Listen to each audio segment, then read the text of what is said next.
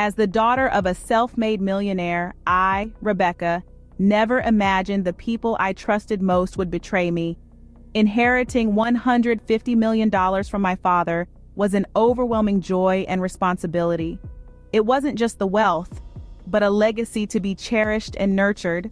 I was ready to honor my father's memory and carry forward his philanthropic initiatives, but then the unimaginable happened. The people I held close to my heart, my husband Eric and my sister-in-law Charlotte, began to show their true colors. Their eyes, once full of love, were now clouded with greed.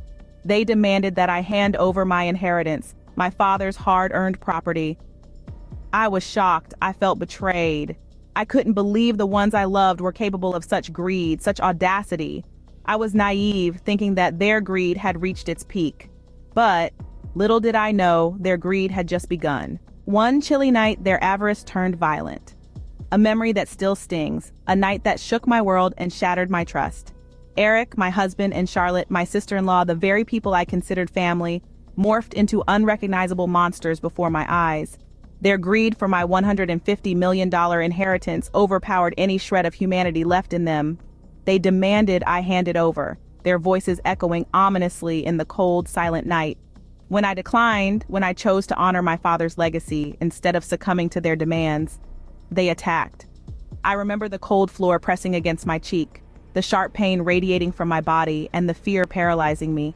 But more than that, I remember the betrayal. The hurt in my heart mirrored the physical agony I was in. It was a brutal assault, not just on my body, but on my trust, my love, and my faith in family. Each blow was a cruel reminder of their greed, each harsh word a testament to their betrayal. Their faces were twisted with rage and disappointment, a sight that still haunts me. My pleas for mercy fell on deaf ears. Their humanity had been replaced with a ruthless desire for wealth. The trauma of that night was unimaginable. The scars on my body a constant reminder of the pain inflicted upon me. But it was the emotional trauma that hurt the most.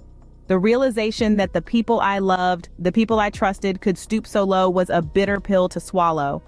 But amidst the pain and betrayal, a fire was ignited within me. A fire to fight back, to stand up against their ruthless greed. The pain they inflicted served as a catalyst, pushing me to take action, to expose their true colors to the world. That terrifying night marked the end of my old life, but it also marked the beginning of my journey towards justice. From that night onward, I knew I had to fight back. I would not let their greed destroy me. I would reclaim my father's legacy, and I would ensure that justice was served. I decided to expose their deceit, but I needed evidence. I knew that proving Eric and Charlotte's schemes wouldn't be an easy task. The journey ahead was daunting, but I was fueled by my resolve to reclaim my father's legacy and bring justice to their betrayal. I started by being more observant, studying their behavior, their conversations. I noticed how they would often whisper in corners, the glint of greed in their eyes. Their once loving gestures were now tainted with an underlying motive, and it was heartbreaking to realize how far they were willing to go for wealth. Every day was a new opportunity to gather evidence. I discreetly recorded their hushed conversations, took photos of suspicious documents left carelessly on their desks, and even managed to access their emails.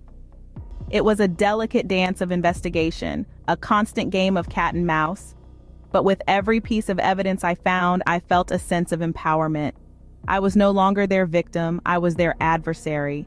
There were moments of fear, of course, times when I thought they were onto me, when I thought my efforts would be discovered.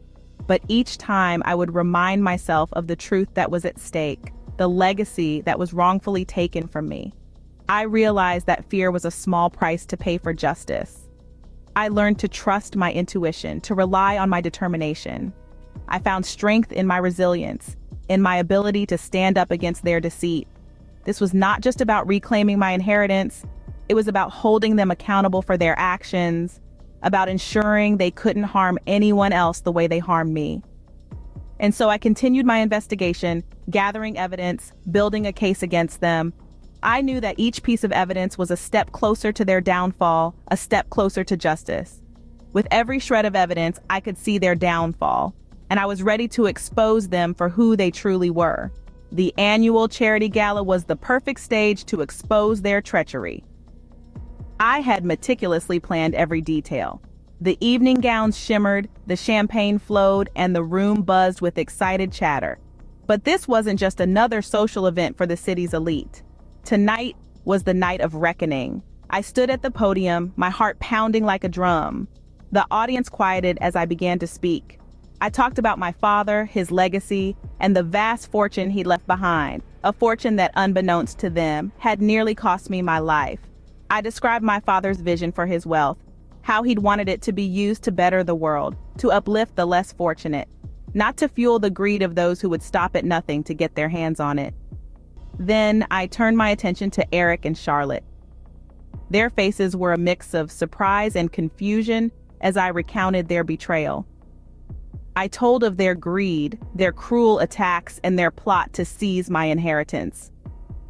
A gasp echoed through the room. Eyes darted towards them, shock etched on every face. I watched as realization dawned on them. They had been exposed. There was no place to hide, no lie that could salvage their reputation. The room fell silent, all eyes on them as they squirmed uncomfortably under the intense scrutiny. It was a sight to behold. The once powerful and respected figures were now reduced to pariahs, their true colors revealed to everyone. The shock and disbelief on their faces were matched only by the satisfaction I felt. I had taken on the people I once loved and trusted, and I had won. The gala, once a symbol of their social standing, had become the stage for their downfall. Their masks of respectability had been ripped off, revealing the monsters beneath. As the reality of their situation sank in, their faces turned white with shock. And in that moment, I felt the first taste of victory. Their reign of terror was over and justice was finally within reach. As their faces turned white with shock, I felt the first taste of victory. The law was swift and just. No truer words had ever been spoken. Eric and Charlotte, the two people I had once held dear, were arrested for their heinous crimes. Their faces, masked with disbelief and regret, were a sight to behold. The law enforcement officers showed no mercy, a stark contrast to their previous demeanor when they were living the high life, feeding off my inheritance. The satisfaction of seeing them handcuffed, their freedom snuffed out, was immeasurable. It was a moment of victory not just for me, but for justice itself. Their court trial was swift. The evidence I had gathered was irrefutable. The gavel fell, echoing the sound of their impending doom. Sentenced to years in prison, they were finally paying for their actions, for their greed. Their once lavish lifestyle was replaced by cold, unforgiving cell walls. Their downfall was a grim reminder that greed comes with a heavy price. With the past behind me, I looked towards a brighter future. I decided to honor my father not just in memory but in action. The inheritance, that massive fortune, was never meant for greed and betrayal. It was meant for good, for progress, for change. So that's exactly what I did. I redirected every single penny of the $150 million to various charitable causes. Hospitals, schools, research centers, shelters, and food banks, they all saw a piece of my father's legacy. It was a legacy of kindness, of generosity, and of love. It was a legacy that stood against everything Eric and Charlotte represented. And in giving, I discovered something profound. I found healing. I found strength. The act of giving, of transforming that symbol of greed and betrayal into a beacon of hope and change, brought me peace. In giving, I found my purpose and turned my pain into something beautiful. My journey was a bitter pill to swallow, but it taught me invaluable lessons. It showed me the true face of greed, how it can corrode the bonds of love and trust, turning the ones you hold dear into adversaries. I learned that it's not the inheritance that matters, but the legacy, the responsibility that comes with it, to uphold the values of integrity and philanthropy that my father instilled in me. I discovered the importance of awareness and preparedness, of being alert to the signs of betrayal. I realized that unveiling the truth in a public forum can be a powerful tool for accountability. I saw firsthand the consequences of greed, how it can lead to self-destruction, serving as a stark reminder that actions do have repercussions. I found healing through giving, turning my pain into purpose, and through it all, I learned to trust myself, to stand firm against adversity. I learned to trust myself, stand firm against adversity, and most importantly, I embraced a new life free from betrayal.